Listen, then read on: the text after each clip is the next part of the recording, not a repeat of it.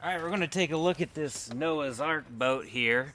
This is Karen's pool, so it's just like an old pool that I had for her.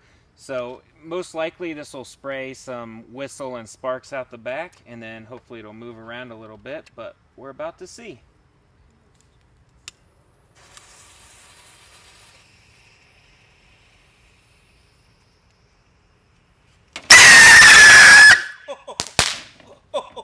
Oh my God.